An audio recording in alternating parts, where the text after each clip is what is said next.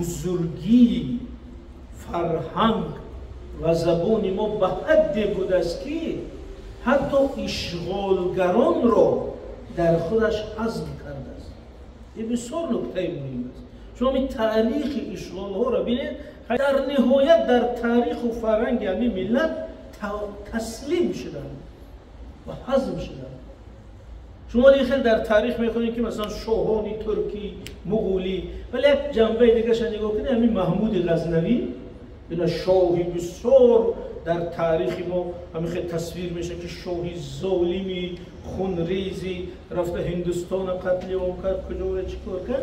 همین محمود غزنوی و پسرش مسعود غزنوی اینقدر میخواستن خود را تاجیک ایرانی اصل نشان دهند که حتی محمود غزنوی اعلام کرد که من نبیره بهرام چوبینه ام.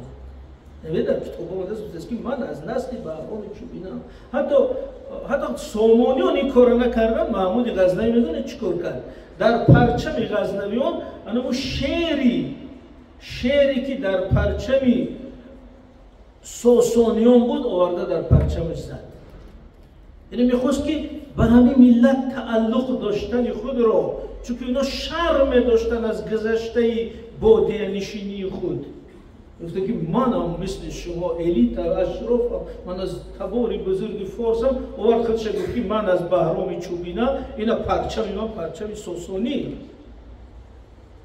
و از هم عجیب که در همین دربار غزنوی 400 شاعری صاحب دیوان تاجیک جمع آمده بود.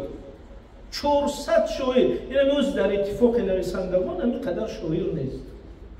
اتفاق نویسندگان تاجیکستان دوازی هم قدر نیست که در دربار مسعود سامانی 400 شاعری تاجیک گرد آورده است. در همین تخت میشینه، شاعرها شعر میخونن و گوش میکنه، ولی اون شعر بوده میفوره نمیفوره، او همین احساس میکنه که احترامی ادبیات، احترامی زبان، احترامی تمدن مرا بزرگ میکنه در چشم ملت. یعنی اون این تسلیم شدنش است در برابری همین فرهنگ. دیده؟ یا که مثال دیگر میبینم مغول ها، همین حتی مغول ها بعد 100 سال همش مسلمان، همش خانهای مریدای شیخ های تاجیک.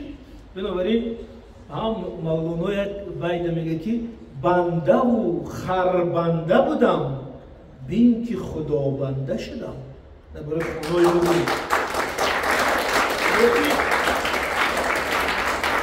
بنده و خربنده بودم یعنی که غلام بودم. خربنده یعنی که مثلا پودبان بوده است یا که غلامی بزرگ بوده است، برای بنده بوده بین که خدا بنده شدم. یعنی در نتیجه تحول، در نتیجه حذف شدن در فرهنگ تاجیک، همون مغولی خربنده و بنده اومد خدا بنده شد.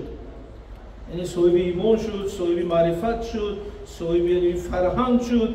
و بسیار عجیب است این روند. شما از تاریخ چیزایی هست که ما حتی حیران میشیم. مثلا همین شیخی بزرگ ما بهاءالدین نقشبند همین جایگاه داشت که امیر تیمور در کتاب آمده است که 2 فرسخ نزدیک اگر به مزار شیخ بهاءالدین نقشبند میشد از اسب پیاده میشد.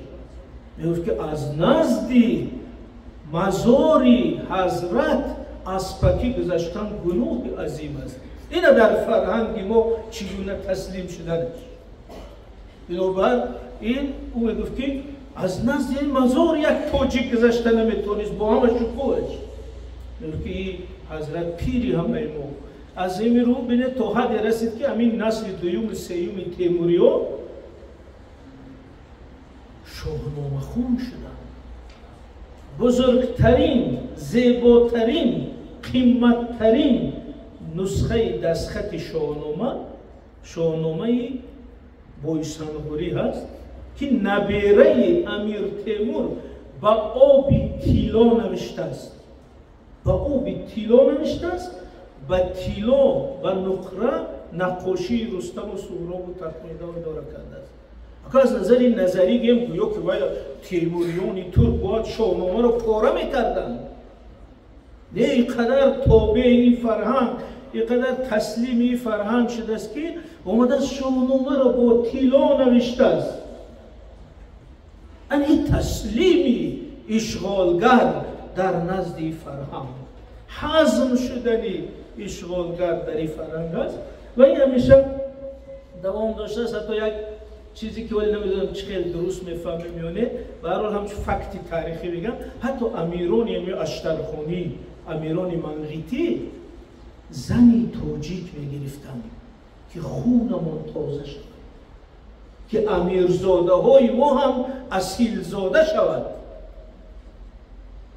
این از فیض‌آباد آمده زن گرفت امیرعلیم خان، از ختلان میبردن، از رشت، از بدخشان میبردن که امیرزاده ها اصیل زاده شوند، یعنی اون گذشته کوچمنچی بادیانشینش شسته شود و افتخار کرد که منم از نسل بزرگام. این برای این استاد بزرگ بیتی دارد، میگه قامتی کوتاه منقیط در دوام شعر از مناری کله اهل خراسان شد بلند، پستی صحرای قیپچاق از بلندی بدخشان شد بلند.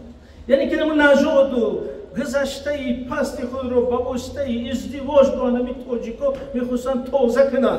شما بده سرشوی منقیطی آخرش سرشویش در رحیم بای اتالیق استاده است، آخرش در امیر سید علیم خان. این سید از کجا گرفت؟ چون که من مادرم از سید زاده های تاجیک است. این سید علیم خان او اتالیق نگفت دیگه، اتالیق بجا کرد که من سید علیم خان، من از نسل بزرگ این ملت. یعنی که اینا کوشششون نمی بود که نشان دهند که ما با همین فرهنگ تعلق داریم.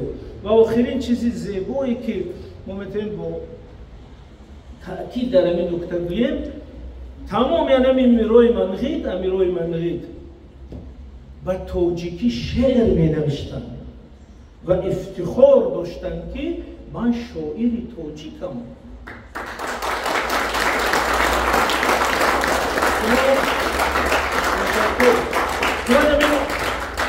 مرکز ملی دستخط‌ها در اکادمی علم‌ها هست، اکادمی ملی علم‌ها. همونجا هست دیوان امیر شامراد، دیوان امیران منقیط، دیوان فارسی نوشته است، دیوان شعر تاجیکی. گفته است که بلندترین عنوان من همه که من یک شاعر تاجیک باشم.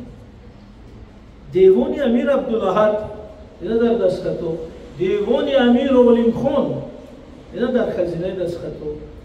اینا کتابی تاریخ حزب الملل امیر علیم خان همچون آخرین کتاب وصیت‌نامه‌اش نوشت به زبان تاجیکی. یعنی اینا با وجودی که در تخت منقیطی نشسته است، گویا امیر قدرتمند منقیطی، بالاترین افتخارش این بود که من شاعری تاجیکم، دیوانی تاجیکی دارم. انا برای همین ما میگیم که حتی اشغالگران، حتی کسایی که اومدن اینجا حکومت راندن، اخیر در بزرگی همین فرهنگ زانو زدن، اخیر در نزد این زبان تسلیم شدن، اخیر در نزد این زبان اعتراف کردن. این هست. تشکر.